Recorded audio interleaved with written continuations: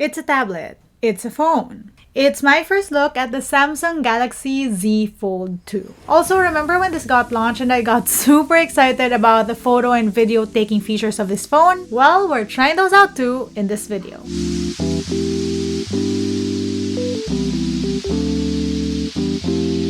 Good day, you beautiful people. Welcome to LAZADA's Tech, where we do tech in your real life in style. Like I said earlier, we're doing the Z Fold 2 today. So, a little confession. I haven't actually experienced any fold to the full extent. The most time I had was when I shot this quick video and then this. Now, so as a fold virgin, I'm also going to be sharing my thoughts on, well, phones that unfold into tablets. But this phone excites me because when it launched, they talked about a couple of camera features that sound like a perfect fit for shooting my own IG pics. Yes, I shoot them myself these days. Or vlogs, or even TikToks. We're trying them all later, but first, let's have a look at the phone.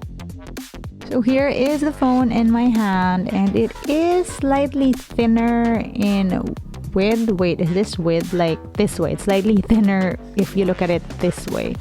So much so that I can put my hand around it, which is not something I can say for a lot of smartphones these days. And yes, the whole panel is now all screen, which is all we've ever wanted for foldable devices, right? Or at least the Fold. How it's set up looks like any other candy bar phone. Gestures are the same, except, yeah, it's just a little thinner this way. And because it's a foldable device, it is a little thicker. Thick, because it's technically two sides folded up together. We have that hinge on here, and you can actually customize the color of this part of your phone, which is cool. And you see how that's the mechanism that basically holds the edges where the phone folds. On the right side, we see a camera bump, we have a volume rocker, and then this is the power button and a fingerprint scanner. SIM tray is on the bottom here, and down here we have USB-C port and some speakers. The back part of this phone comes in that mystic copper color. It looks good, it looks neutral, it's pretty nice, and it's not as boring as, let's say, just a black or a white phone. Makes this thing look very stylish if you ask me. And yes, that is an always on display up front. And that's how you unlock it. Let's unfold. So I want to say that unfolding action reminds you that this thing is pretty sturdy. Let's see that again from the bottom angle. Nice.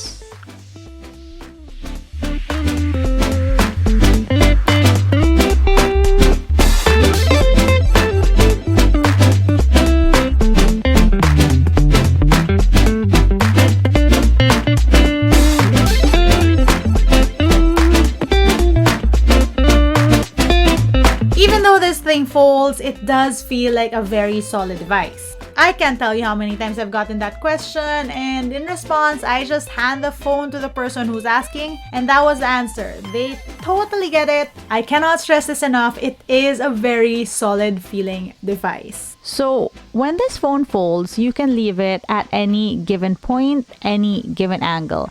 And so what that means is that you can use it for anything you could possibly imagine to utilize this form factor. But yeah, I like the fact that Samsung just went like, yeah, it's a folding phone, so might as well let people use it actually folded and let them imagine just how many ways they can use it. And unfolded, you can see that you now have this great big screen, and that is so much space to work on or to watch stuff on. You do feel the fold in the middle. That is something that you'll have to live with, although at least I can say that it's not something that bothered me way too much. And that brings me to my first point about using the Samsung Galaxy Z Fold 2.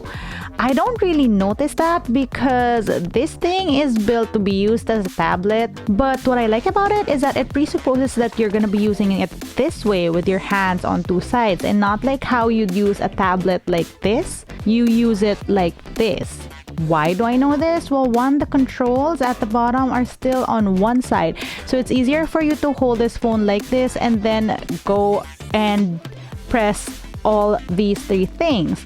Another thing is that when you go and write documents, keyboard gives you this, again, comfortable when you type with both hands on the sides. So it does give you that tablet experience in that it's a bigger screen, but in terms of holding it, it's actually pretty nice. It's actually pretty comfortable. I mean, am I the only person who doesn't like the fact that you need to, hold the tablet with one hand and tap around with the other? Just me? You can also just do this and there we go. You can also just do this and type away because this is actually very cool.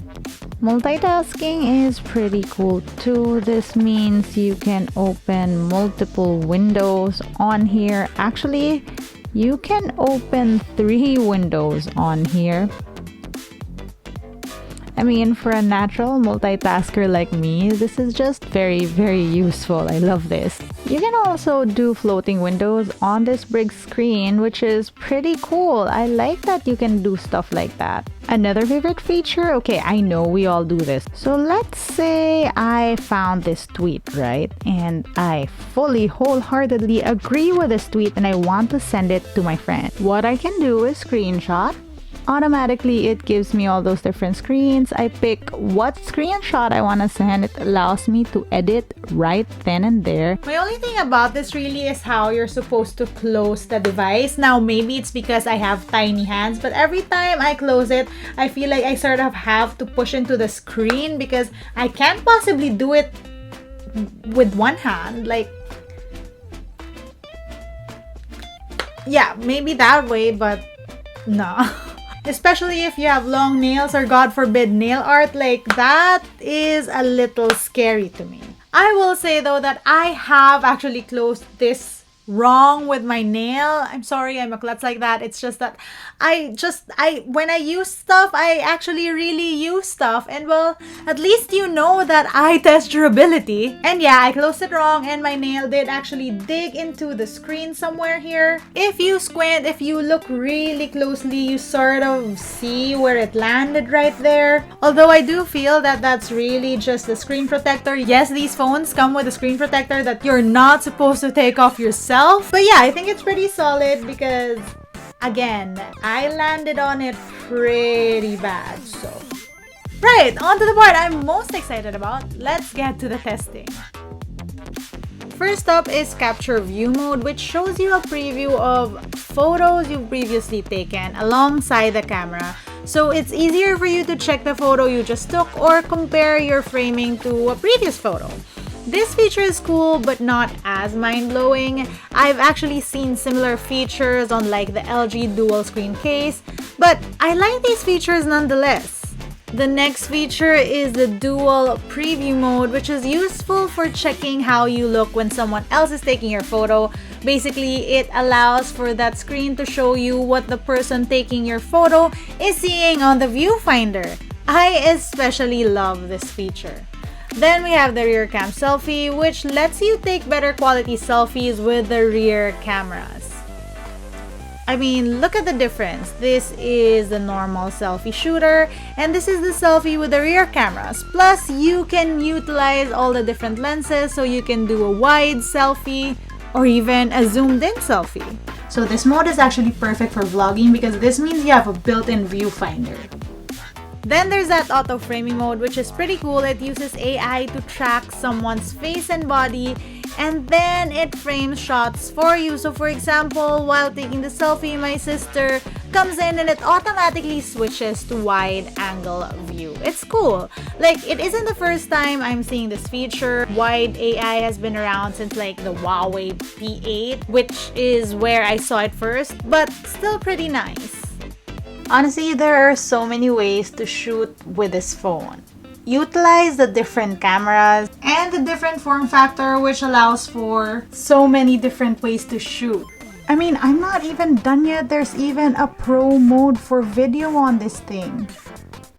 And that was our first look at the Samsung Galaxy Z Fold 2. Although I personally would still opt for the clamshell folding form factor, I see the value in this. Especially for people who'd love a 2-in-1 device, for people who actually use tablets, or for those who do a lot of work and multitasking on their phones, this is an obvious choice. What wasn't so obvious was how this phone, its many camera features, and its very malleable form factor can also have so many advantages when it comes to shooting. Honestly, this phone is proof that we are way past those days when the only foldable selling point is the fact that it folds. That's it for today, you guys. Let me know what you think about this video. Let me know what you think about the Fold 2 down in the comment section below. Also reminding you before we go that we have a Tech Mob giveaway ongoing, so I'll link the video down below so you can join. Right, if you want to see how I use all this tech on a daily basis, you can find me online. That's at isadoes_ on Instagram, Twitter, and TikTok. Until next time.